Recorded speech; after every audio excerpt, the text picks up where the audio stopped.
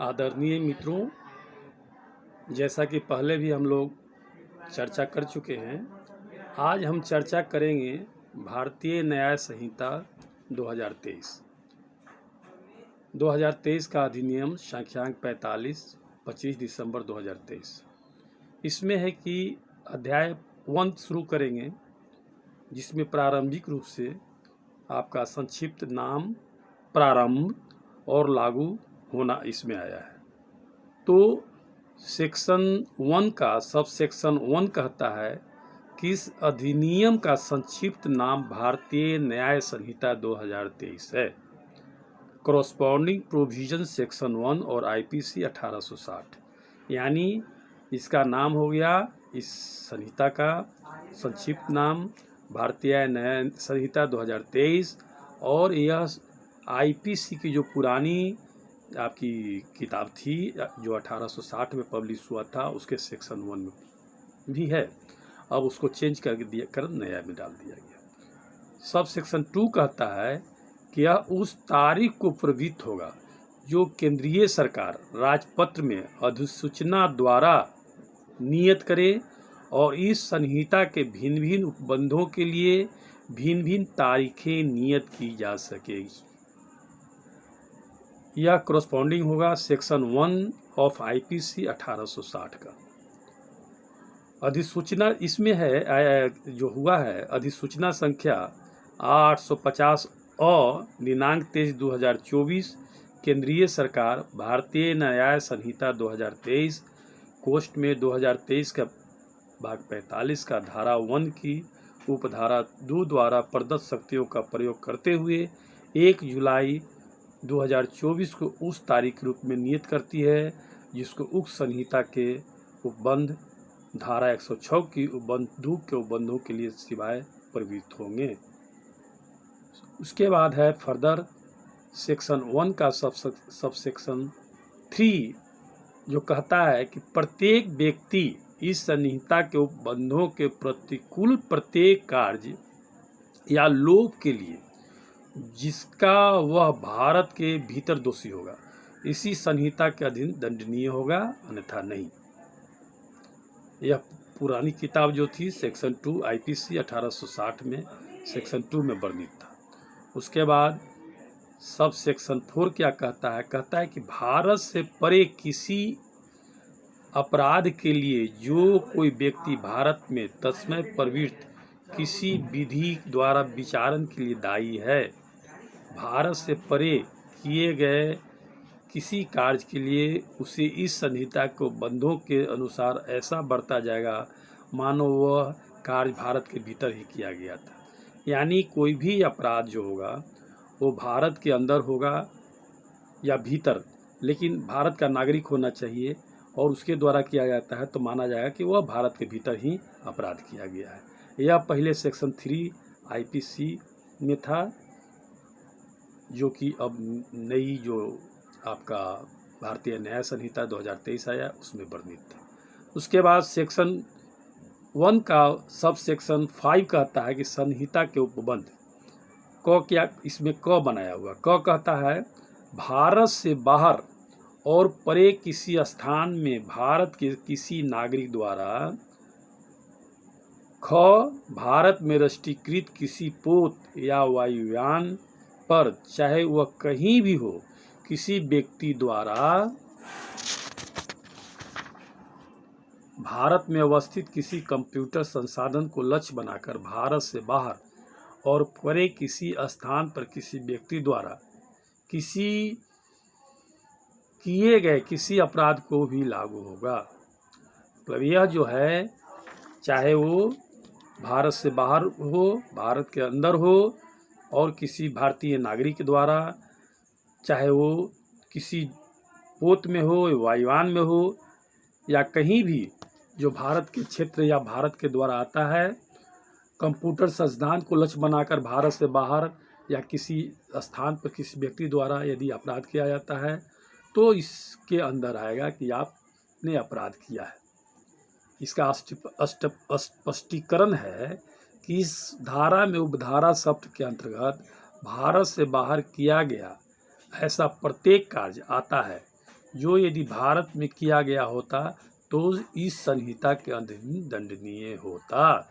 यानी आप भारत के नागरिक हैं और भारत के बाहर भी यदि कोई अपराध करते हैं तो माना जाएगा कि आपने इसको भारत के अंदर ही किया है, आपको वही पनिशमेंट मिलेगी, सज़ा मिलेगी जो भारत के अंदर अपराध किए होते। उदाहरण के रूप में कोई व्यक्ति है जो भारत का नागरिक है और भारत से बाहर और परे किसी स्थान पर हत्या करता है, वह भारत के किसी स्थान में जहाँ भी पाया जाए भारत के लिए विचारित और दोष सिद्ध किया जा सकता है। यह आईपीसी में सेक्शन 4 में वर्णित है। अब आगे हम लोग चलते हैं सेक्शन 1 का सब सेक्शन 6। यह कहता है कि इस संहिता में की गई कोई बात भारत सरकार की सेवा में अधिकारियों, सैनिकों, नए नौ सैनिकों या वायु सैनिकों द्वारा विद्रोह और अभितजन्य के लिए दंडित करने वाले किसी अधिनियम के उपबंधों या किसी विशेष या स्थानीय विधि के उपबंधों पर प्रभाव नहीं डालेगी। यह सेक्शन जो आईपीसी था उसमें 5 में था। उसके बाद अब इतना जो हुआ, उसके बाद अब परिभाषा पर हम लोग आते हैं। आपके भारतीय न्याय संहिता 2023 में अब परिभाषा दिया गया है, उस पर हम लोग चर्चा करते हैं कि किसका क्या परिभाषा होगा। जो सेक्शन 2 में वर्णित है, कहता है कि इस संहिता में जब तक कि संदर्भ से अन्यथा अपेक्षित न हो, सब सेक्शन 1 सेक्शन 2 का सब सेक्शन 1 कहता है कि कार्य का मतलब क्या है भाई? कार्यों की आवली का उसी प्रकार द्योतक है जिस प्रकार एक कार्य का। ये सेक्शन 32 और 33 में आईपीसी में था।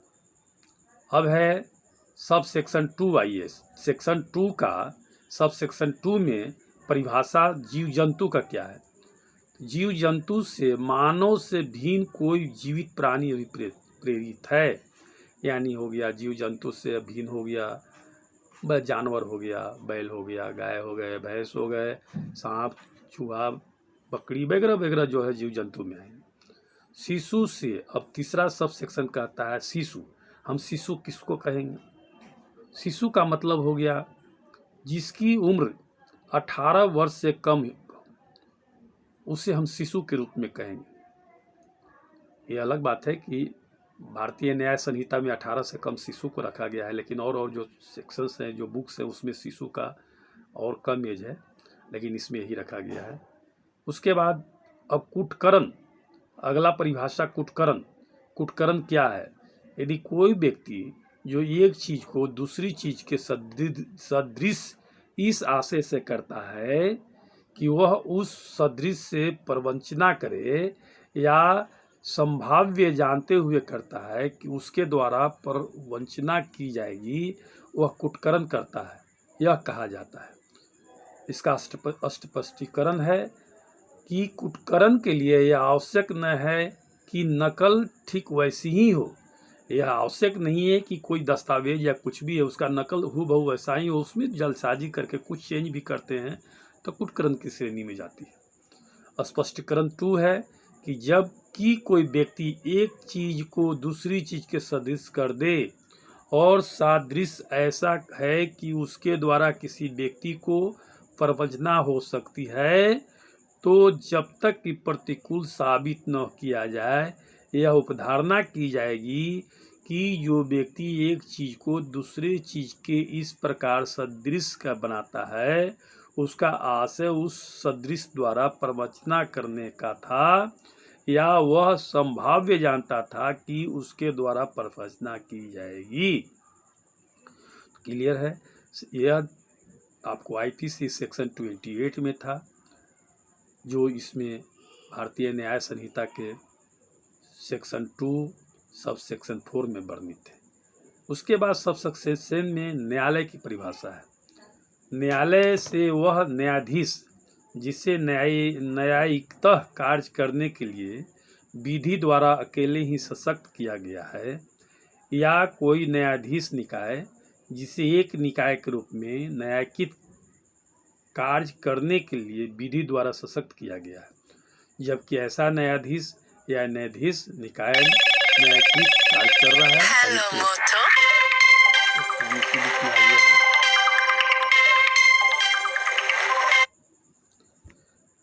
तो थोड़ा एक फोन आ गया था इसलिए।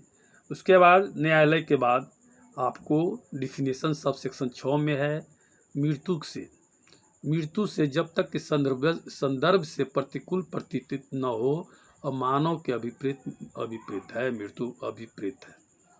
यह सेक्शन 46 आईपीसी में डिफिनेशन था, अब इसको सेक्शन 2 के सब सेक्शन 6 में डाल दिया गया है। 7वां जो है सब सेक्शन बेईमानी। इस आशय से कोई कार्य करना अभिप्रेत है जो एक व्यक्ति को सदोष अभिलाभ कार्य करे या अन्य व्यक्ति को सदोष हानि कार्य करे। यह जो था सेक्शन 24 आईपीसी में था। अब बेईमानी का परिभाषा सेक्शन 2 के सब सेक्शन 7 में डाल दिया गया।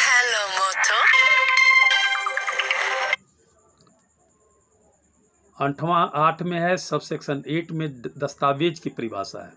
दस्तावेज कोई ऐसा विषय अभिप्रेत है जिसको किसी पदार्थ पर अक्षरों, अंकों या चिन्हों के द्वारा या उनमें से एक से अधिक संसाधनों द्वारा अभिव्यक्त या वर्णित किया गया है और इसके अंतर्गत ऐसे इलेक्ट्रॉनिक और डिजिटल अभिलेख ली गई है जो उस विषय के साक्ष्य के रूप में उपयोग किए जाने के लिए आशित है या जिनका उपयोग किया जा सकेगा। इसका स्पष्टीकरण है, यह तत्वहीन है कि साधन द्वारा या किस पदार्थ पर अक्षर, अंक या चिन्ह बनाए गए हैं या यह कि साक्ष्य किसी न्यायालय के लिए आशित है या नहीं, या उसमें उपयोग किया जा सकेगा या नहीं। उदाहरण के रूप में हम ये कह सकते हैं कि किसी संविदा के निबंधनों को अभिव्यक्त करने वाला कोई लेख जिसे संविदा के साक्ष्य के रूप में उपयोग किया जा सकेगा, दस्तावेज। दस्तावेज क्या है? किसी संविदा के निबंधनों को अभिव्यक्त करने वाला कोई लेख जिसे संविदा के साक्ष्य के रूप में उपयोग किया जा सकेगा, दस्तावेज है। ख है बैंकर पर दिया गया चेक, दस्तावेज। ग है मुख्तारनामा, दस्तावेज है। यदि कोई मुख्तारनामा बना हुआ है वो भी दस्तावेज है।